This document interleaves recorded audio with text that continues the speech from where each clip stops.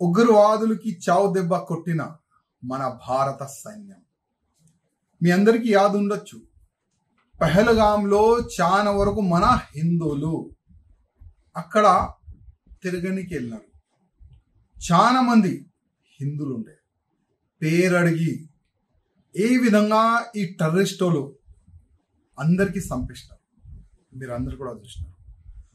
ఆ రోజే ప్రధానమంత్రి మోదీ గారు ఒక సంకల్పం తీసుకున్నారు.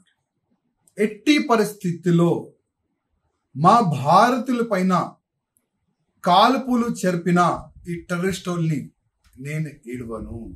ఒక మంచి సంకల్పం తీసుకోండి. ఇవాళ చాలా వరకు కొన్ని పొలిటికల్ లీడర్లు మోదీ గారు చెప్తారో ఏం చెయ్యరు. చాలా వరకు పొలిటికల్ లీడర్లు కామెంట్ చేస్తారు. ఓకే, ఈ సమయం రాజకీయం గురించి మనం మాట్లాడదు, కానీ ఈ సమయం మన భారత సైన్యం రిజల్ట్ ఏ విధంగా ఇచ్చింది దాని గురించి మనం మాట్లాడదు.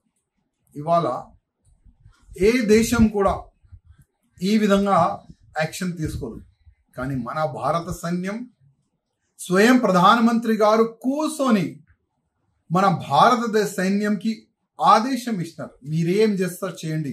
కానీ ఇవాళ మన భారత సైన్యం పాకిస్తాన్లో గుసాంచి టెర్రరిస్ట్ అడ్డల పైన, అంటే టెర్రరిస్ట్ అడ్డ పైన ఏ విధంగా బాంబు దాడి చేసి దాదాపు 90 అబోవ్ టెర్రరిస్టుల్ని చంపేస్తారు.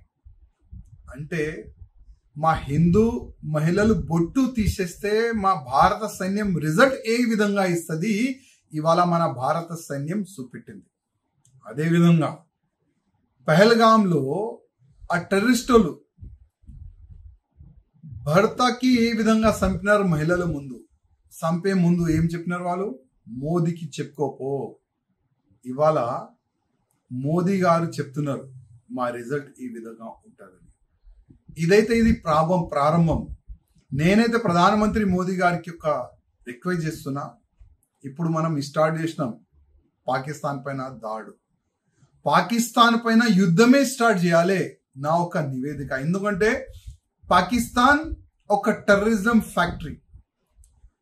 మనం ఒకటే చోటుకి దాడి చేసినాం, కొన్ని ఆతంకీయులు టెర్రరిస్టులు చనిపోయినారు, కానీ ఇవాళ ప్రతి ఒక్క పాకిస్తాన్ కోనలో టెర్రరిస్టులు తయారవుతున్నారు.